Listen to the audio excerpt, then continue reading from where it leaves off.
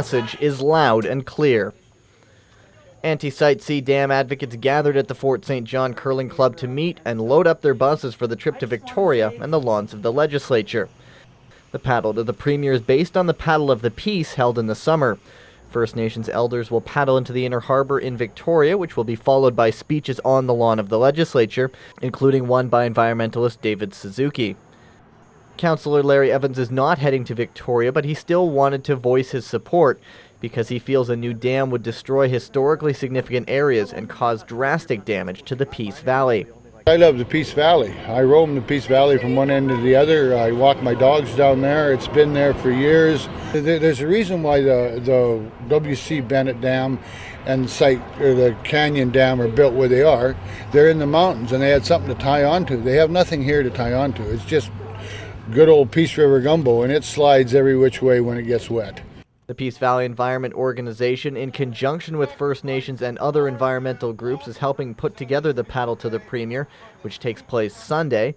And PVEA coordinator Sandra Hoffman says the dam may have environmental implications in the Peace region, but it's the entire province which will have to deal with the financial implications.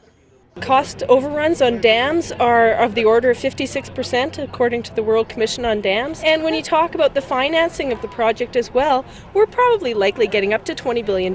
Who's paying for that? The citizens of BC, the ratepayers, the taxpayers. You're going to pay for both taxes increases, you're going to pay for huge increases in rates.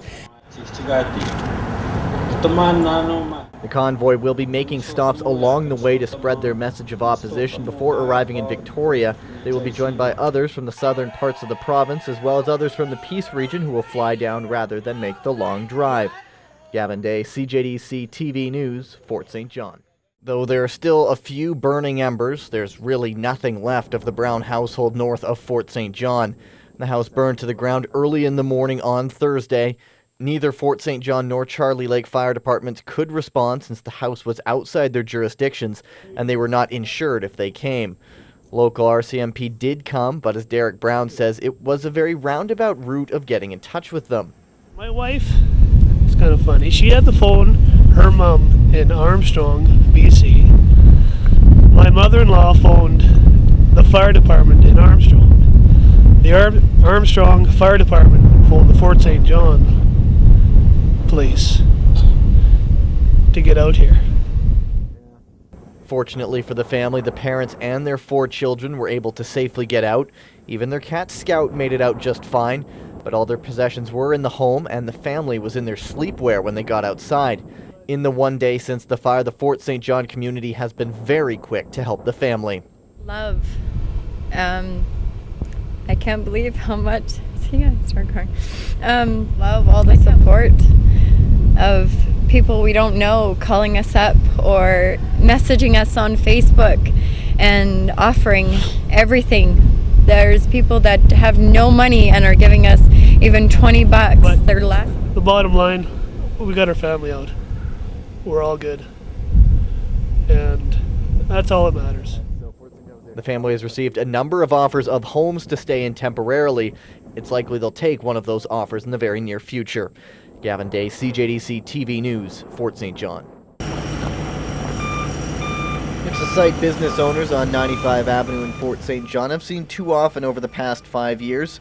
Major water leak closed the road between 102 and 100 streets in the energetic city, and with it left the street covered in ice. This isn't an isolated incident. Business owners on the street have been flooded out on more than one occasion. Ferris Fast Cycles was dry this time around, but they weren't so lucky after a similar incident a year ago. This time last year we got 4 feet of water in this place, and that was it was a lot of damage and a lot of lost business. That was bad time for us. None of the businesses on the street want to move. Certainly there's a lot of empty businesses around town, empty places, so we all like it here, but we'd rather get the street fixed. Further down the street is W&C Automotive, and fortunately for them, apart from this small sinkhole and a tiny amount of mud that washed into the building, there wasn't really any damage today, but they've had to pay thousands of dollars to clean mud out of the building on a few occasions. Common occurrence whether it's summer or winter. We've had 1 break in the summer and basically 3 in the last winters, up within the 5 years. 2 years ago we spent a good day cleaning mud out And then it was basically anything that was done was out of our pocket, because do you want to hit insurance? Now, there is a happy ending to this story. We contacted the city and they did confirm replacing the water main servicing this part of town is on this year's capital budget. So the business owners on this street will see the work done this year. It'll cost about $400,000, and the original main put in 1963 was meant to last, but it just didn't do the job. Gavin Day, CJDC-TV News, Fort St. John.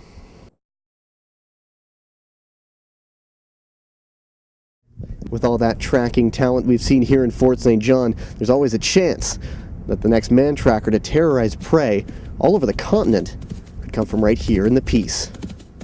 Gavin Day, CJDC-TV News, Fort St. John. Just as a frame of reference, the mercury in thermometer starts to freeze when the air temperature reaches -40, and the average temperature for January 14th is meant to be -10. So with the air temperature feeling at least 20 degrees colder than that, and the wind chill making it all the more worse, it only takes a matter of minutes before skin starts to freeze. Gavin Day, CJDC-TV News, Fort St. John. Now all of these amateur architects have finished their challenge. My challenge is trying to see if I can't get away with any of this sweet stuff without anybody realizing.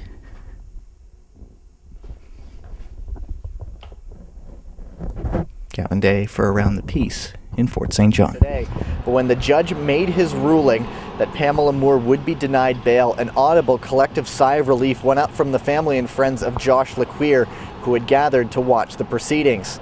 The next arraignment date for the hearing is next week, September 29th, where hopefully we'll finally get pleas made by both the accused, Pamela Moore and Andre Dupas. Gavin Day, CJDC-TV News, Fort St. John. Gavin Day, CJDC-TV News, Fort St. John. Done.